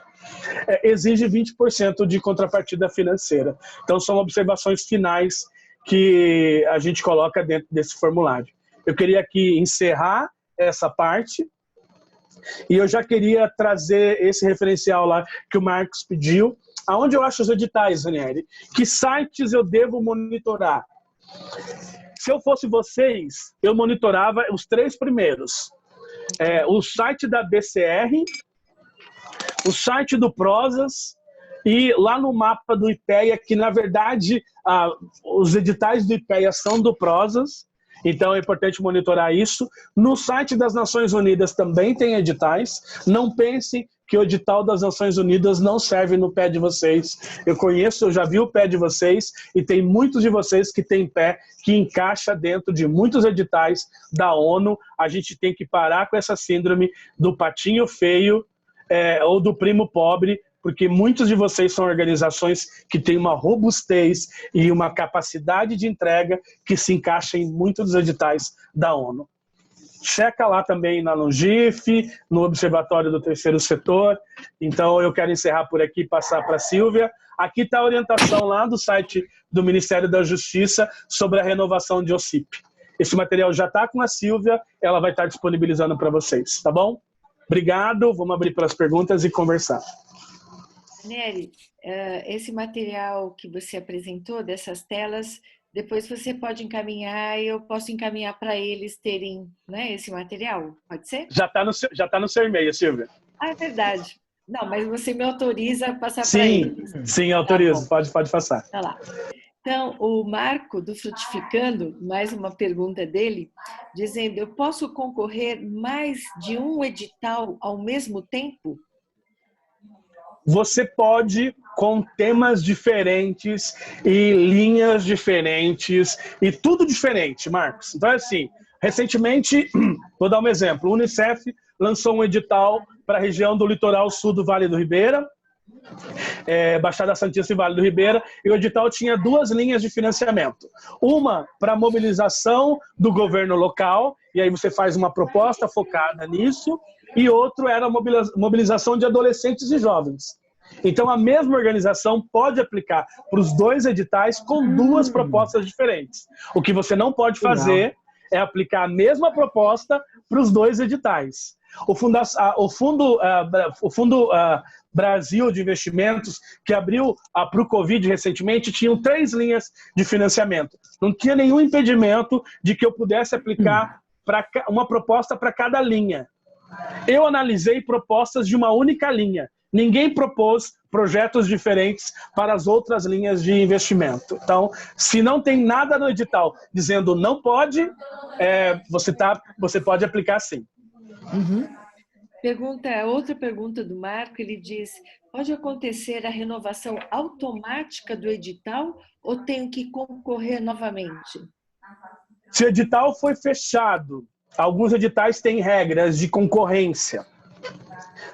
Algumas experiências que eu tive é que quando tem um único candidato, algumas organizações optam por não avaliar a proposta e estender o prazo. Se estende o prazo, a sua proposta continua valendo. Se o edital é cancelado, você tem que aplicar novamente. Houve cancelamento do edital número tal. Você vai ter que, e aí ele foi reaberto. Você tem que aplicar novamente. Houve uma mudança nos critérios do edital. Acontece isso também. A organização não conseguiu fechar e mudou os critérios. Você tem que se reenquadrar aos novos critérios daquela nova edição do edital. Sua proposta só vai ser considerada se o prazo for estendido. Qualquer outra alteração, você deve aplicar novamente. Acredito que são poucas perguntas. O Marco até que tem mais uma aqui. Na verdade, o que o pessoal escreveu é muito interessante, Ranieri.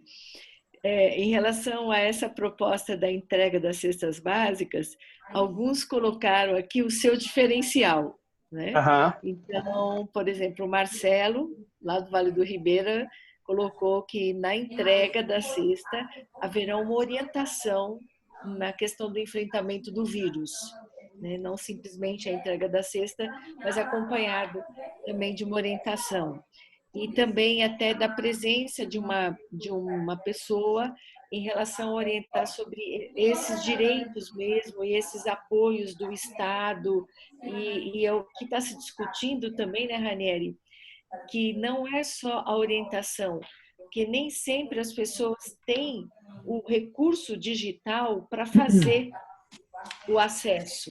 né? Exatamente. Ela pode receber uma orientação detalhada, mas se a organização pode disponibilizar o recurso digital para que esse acesso aconteça. Você acha que dá para lidar com isso junto?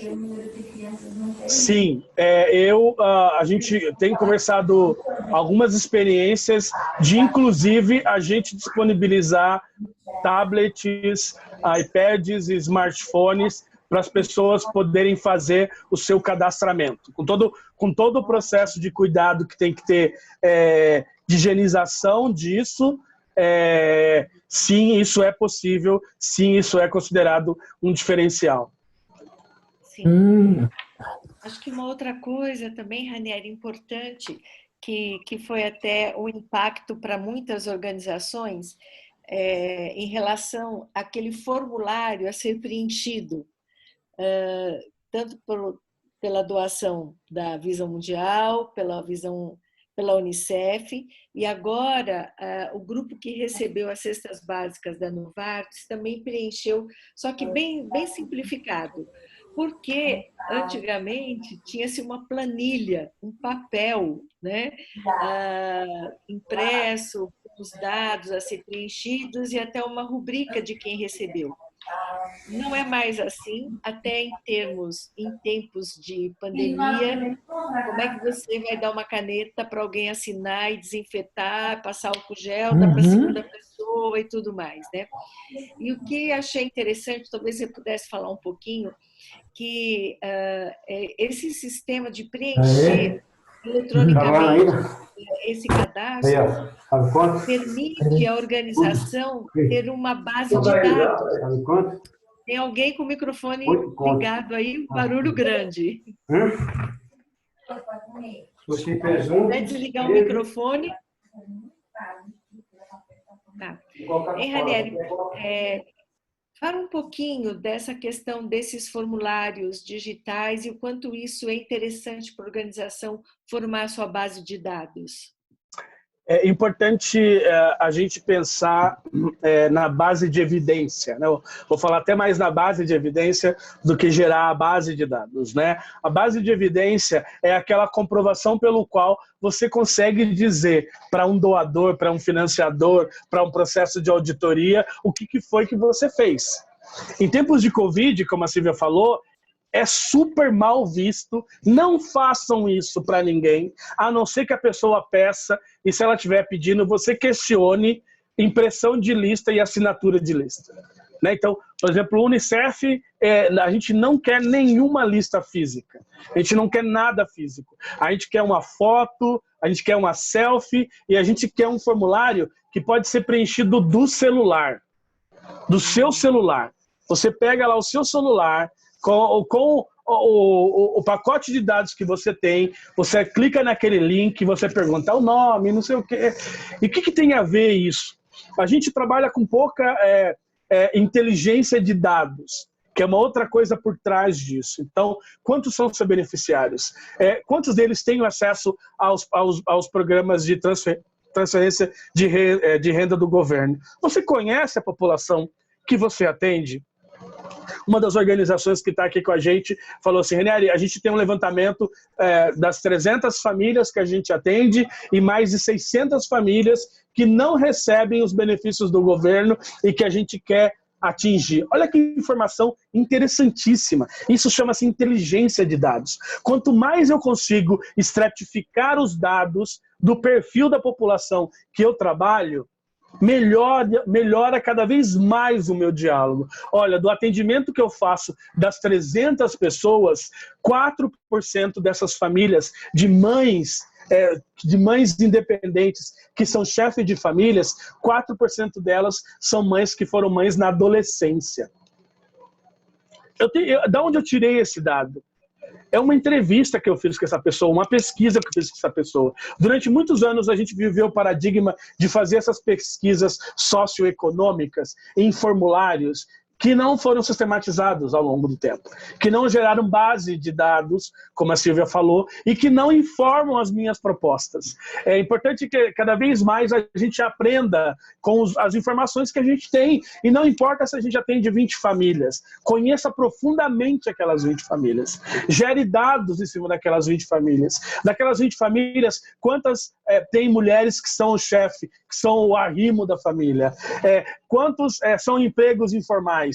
Todas as crianças estão na escola, alguma dessas crianças tem alguma deficiência, tem um idoso nessa família. Essas informações, aquele conjunto de famílias que vocês atendem, essas informações qualificam quando você vai escrever a sua proposta. Elas dão um embasamento importante para escrever essa proposta. Quando você tem essa base de dados que você vai criando ao longo do tempo, que você vai gerando, e isso gera informações, você consegue ir filtrando essas informações e fazendo propostas que são segmentadas para a sua base de pessoas que você assiste na sua organização.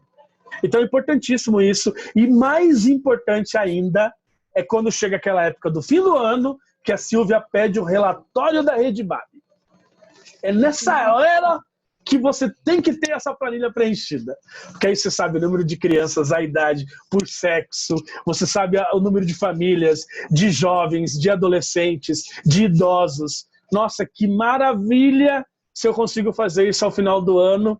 E que lá no final do ano, para prestar conta para a Redibab Solidária ou para o meu financiador, a gente pega uma planilhazinha de Excel que está online ou que está no computador e a gente faz 3 filtros e a gente sabe o número de meninas com menos de 12 anos que a gente atendeu, o número de meninos com menos de 12 anos que a gente atendeu, o número de adolescentes de 13 a 17 anos que a gente atendeu, o número de jovens de 18 anos para cima, mulheres, idosos, pessoas, e aí eu olho para essa base e eu entendo se essas famílias são beneficiárias, se acessam benefício, e aí não acessam, e aí minha organização quer facilitar isso, porque isso é um direito que a gente pode garantir para as famílias. Muitas vezes eu estou fazendo uma atividade socioeducativa e a mãe não conseguiu acessar o benefício do Bolsa Família. O que isso tem a ver comigo? Você trabalha com o filho dela, isso tem tudo a ver com você. Isso tem tudo a ver. Isso que é atendimento integral, isso que é desenvolvimento integral, isso que é missão integral. É a gente se importar com o todo da família e que passa por a gente preencher lá os dados dos formulários chatos que a gente recebe e que vai continuar recebendo, principalmente no tempo de Covid, todos os dias. Ranieri, tem 2 questões. O nosso tempo vai se encerrar às 22h30. São 22h20. Primeiro, sobre os formulários, quem preencheu aqueles da doação de ovos de Páscoa, que foi Visão Mundial, e houve ali um mix com o Unicef, a Visão Mundial vai devolver para cada organização todos aqueles dados. Aí o Paulo, do NAD, ele está dizendo, infelizmente não temos um programa, né? Então criamos uma planilha porque não há. Ele fala do Google Forms, que não armazena o mesmo problema dos editais. Tem alguma orientação sobre isso, Ranieri? Tem uma orientação sobre isso. É fazer um investimento e usar a versão paga do Google Forms. Se eu quero fazer um investimento em dados, em inteligência de dados, ou eu vou ter um Excel lá, alguém muito bom do Excel que vai ficar cuidando disso para mim, e esse Excel que é pago, esse Excel que eu comprei, não é do que veio na doação daquele computador que vai expirar, ou que aquele software livre que eu estou usando, ou eu vou usar no Google Forms a versão paga do Google. E aí sim eu tenho uma base de dados online para essa versão. Ou eu vou pesquisar no mercado, tem uma série de databases que são vendidos por preços super acessíveis e são programas de gerenciamento, inclusive usados em call center, e que a gente consegue fazer esse mapeamento das nossas famílias, esses dados. Então, a gente precisa fazer um pequeno investimento ali, que é R$30 por mês, é $30 ao ano. Esse investimento tem que ser feito para a gente conseguir garantir essa qualidade de informação.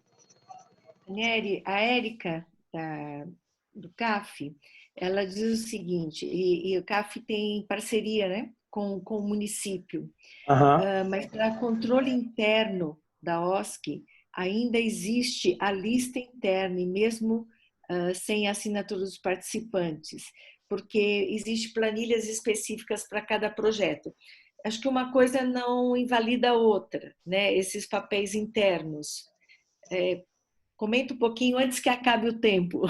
O que eles não podem, a gente tem aqui 8 minutos para poder concluir, o que você não pode, Érica, fazer é que essas listas circulem nas mãos das pessoas. Então, isso é uma coisa que, inclusive, você tem que conversar com a SMADES, escrever para eles, dizendo, é uma decisão da nossa organização, dentro dessa situação do Covid, seguindo as orientações do Ministério de Saúde e da OMS, a gente opta por fazer esse controle virtual e quando em tempo hábil de encerramento dessa pandemia, a gente se compromete com assinar as listas. Não faça isso agora, você está fazendo um desserviço para a saúde pública. Até porque as grandes organizações humanitárias todas estão, né, aderindo. Abolindo isso, exato, abolindo. A esse modelo, a esse programa. Gente, nós estamos chegando ao fim. Olha, foram 2 horas. Eu falei, Ranieri, acho que 1h e 15, mas o assunto é profundo. Eu acredito que Ranieri conseguiu nos trazer as informações mais importantes e acho que trazer muito mais essa conscientização sobre o que é um edital, participar desse processo, tudo que está envolvido. E eu queria terminar, Ranieri, lembrando de um edital do Itaú Social e 2 organizações nossas foram contempladas e uma delas veio e me disse, Silvia, sabe por que a gente foi contemplado? Eu falei, vocês têm um trabalho importante, um trabalho de impacto. Falou também, mas porque nós fazemos parte de uma rede, havia esse item. Você participa de alguma rede? E nós dissemos sim, Rede BAB Solidária. E a pessoa, inclusive, conhecia a Rede BAB, né? Então, a importância disso que você trouxe do trabalho em rede, eu acho que o que está acontecendo agora à noite, isso é trabalho em rede, o que tem acontecido diariamente com as organizações em relação a cestas, kits de higiene e muito mais do que vai acontecer. Eu mesmo num tempo que tem gerado tanta tristeza e tanto sofrimento para o Brasil, é um tempo que, como a gente está aprendendo, está gerando coisas novas. E uma das coisas novas é que a gente está se tornando uma rede cada vez mais próxima, mais viva, mais eficaz, mais humana, mais afetiva, enfim. Então, eu agradeço muito, Ranieri, seu tempo, sua disponibilidade, sua doação, sua generosidade. Eu sei que se tivesse tempo a gente atravessaria a noite, mas é o tempo proposto e agradeço a cada um de vocês que participou. Nós vamos enviar, foi gravado, e nós vamos enviar a vocês tanto as telas, os slides, como a gravação, porque às vezes é importante querer voltar em algum ponto ou alguém que não participou e você compartilhar. Então, nós encerramos aqui com muita gratidão a Deus, porque a gente está como organização podendo fazer diferença. Como disse hoje para uma das organizações, sinais do reino de Deus, sinais de vida. E numa dos depoimentos que eu prestei a uma grande organização, eu disse, uma cesta básica significa vida para uma família. Um kit de higiene significa vida para uma família. A nossa presença, a nossa preocupação significa dignidade para uma família. Então, participar dos editais abre portas para que mais recursos a gente possa ter. E peço a Deus que nos abençoe com sabedoria, com ousadia, como disse Ranieri, vamos acreditar que o que a gente faz tem impacto, para que a gente possa participar dos editais. E, Ranieri, você está à disposição, né, para verificar claro. Um pouquinho cada escrita, né, dos editais. Então, gente, aproveitem. Ranieri se colocou à disposição, já tem um tempo para vocês mandarem as propostas e ele poder contribuir. Ele tem feito isso de uma maneira tão bonita e tão importante. Então, Muito obrigada, Ranieri. Obrigada mesmo. Eu queria só dizer uma coisa importantíssima, que no meio dessa conversa e dessa experiência da pandemia, a gente foi abençoado de uma forma bastante significativa. A Rede Babi Solidária está celebrando o primeiro convênio com o Unicef Brasil, com o Fundo das Nações Unidas para Desenvolvimento, para beneficiar aí uma série de algumas centenas de famílias, e eu acho que isso também é fruto desse trabalho que a Sílvia vem liderando e que cada um de vocês participe. Eu acho que a gente tem que celebrar esse momento também. Obrigado e boa noite para vocês, gente. Obrigada a todos vocês. Até a próxima. Aguardem, logo estaremos de volta juntos. Tchau. Um beijo.